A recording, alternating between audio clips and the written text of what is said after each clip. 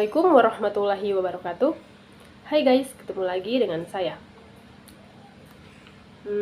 Jadi pada video kali ini saya akan membahas uji autokorelasi. Sebelum lanjut, teman-teman ada yang tahu nggak sih apa itu autokorelasi?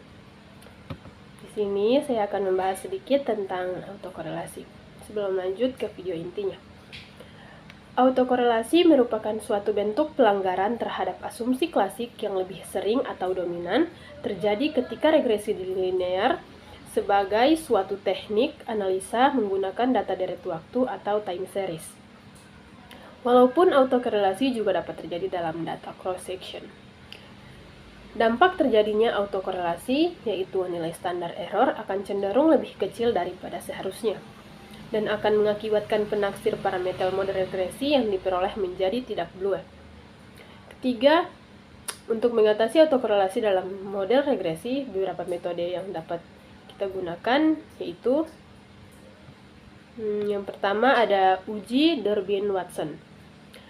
Uji Durbin-Watson ini sendiri mengukur adanya autokorelasi dalam residual di nilai di bawah negatif 2 menunjukkan autokorelasi positif, sedangkan di atas positif 2 menunjukkan autokorelasi negatif.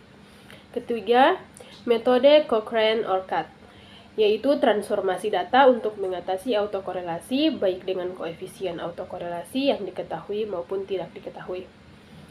Selanjutnya ada metode Newey-West, memperbaiki kesalahan standar untuk mengoreksi autokorelasi dan heteroskedastisitas secara bersamaan.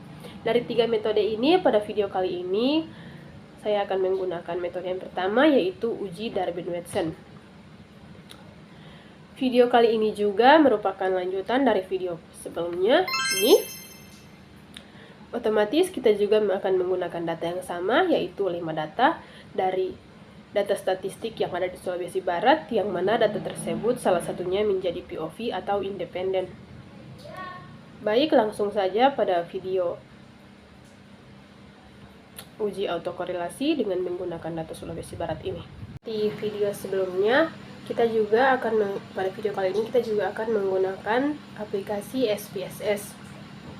Nah, mula kita akan membuat atau mengambil data dari SPSS seperti ini, kemudian analyze. Teman bisa lihat langsung di layar. Kita akan regresi, kemudian linear. Sebentar, ini kita reset. Ini maaf, tadi juga ada kesalahan. Tadi saya sempat bilang kalau satu itu dependen yang jadi POV itu tertukar, jadi yang akan jadi di video sebelumnya itu saya bilang independen yang akan jadi POV, tapi ini salah. Di sini dependen yang akan kita taruh satu, yaitu tingkat kemiskinan, dan 4 lainnya ini akan kita taruh pada independen. Kita salin saja seperti ini satu persatu.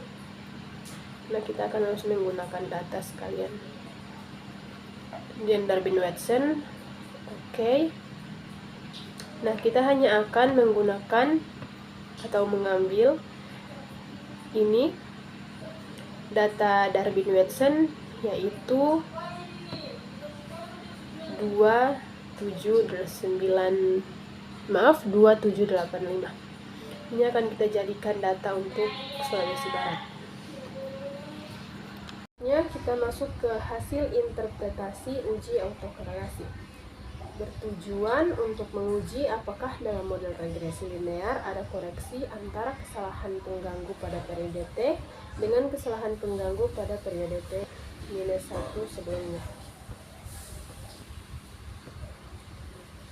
Untuk model summary ini atau Durbin-Watson ini sudah kita dapatkan dari video yang tadi seperti yang telah saya jelaskan. Selanjutnya kita lihat tabel Durbin-Watson. Tabel ini bisa teman-teman lihat di Google. Kalau ini saya ambil dari buku. Bisa juga teman-teman lihat dari sini karena ini sama ke-1, ke-2 dan selanjutnya. Untuk simbol K ini sendiri saya berikan keterangan, yaitu Simbol K ini tabel menunjukkan banyaknya variabel bebas, dan untuk N ini sendiri tabel menunjukkan banyaknya observasi atau responden.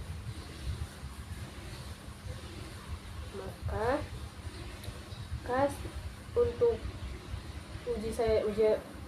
pengujian saya yang kali ini K adalah 4 karena ada 4 variabel yang kita ambil dari data statistik Sulawesi Barat itu yang kita masukkan tadi di independen.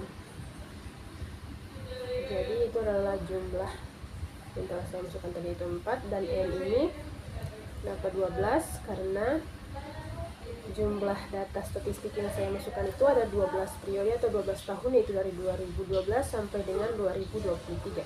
Jadi N-nya kita taruh 12. Selanjutnya kita masuk ke rumus. DU ini sendiri kita ambil dari tabel yang di atas, yaitu karena kita menggunakan K4 jadi ini DU, dan 12 periode jadi kita ambil 21766. Teman-teman bisa menyesuaikan saja, yaitu sama 21766. 4 ini sendiri memang sudah rumus yang memang sudah ada, dikurangi dengan DU, dan kita mendapat hasil 18234. Untuk DW ini sendiri kita ambil dari Darwin-Waxen atau tabel yang di atas tadi, tabel yang ini. Selanjutnya DL-nya ini kita ambil juga dari tabel yang ini, K4 dengan 2000. Ini maksud saya ini 0,5120. Ini syarat jika D lebih kecil dari DL atau lebih besar dari 4 minus DU berarti terdapat autokorelasi. Jika D terletak di antara DL dan 4 kurangi DU berarti tidak terdapat autokorelasi. Jika D terletak di antara DL dan DU atau di antara 4 minus DU dan 4 minus DL maka tidak menghasilkan kesimpulan pasti. Untuk interpretasinya sendiri berdasarkan tabel DL 0,5120 dan DU sama dengan 21766 berdasarkan tabel perbandingan nilai DU 21766 dan 4 DU 18234, nilai DW sama dengan 2,785. Terletak di antara DL 05120 lebih kecil dari DW 2785 dan 4 minus DU yaitu 1,8234, yang artinya terdapat autokorelasi. Nilai DL kurang dari nilai DW Darwin-Waxen, nilai DW lebih besar dari nilai 4 DU. Sekian penjelasan dari saya. Lebih dan kurangnya saya mohon maaf. Wassalamualaikum warahmatullahi wabarakatuh.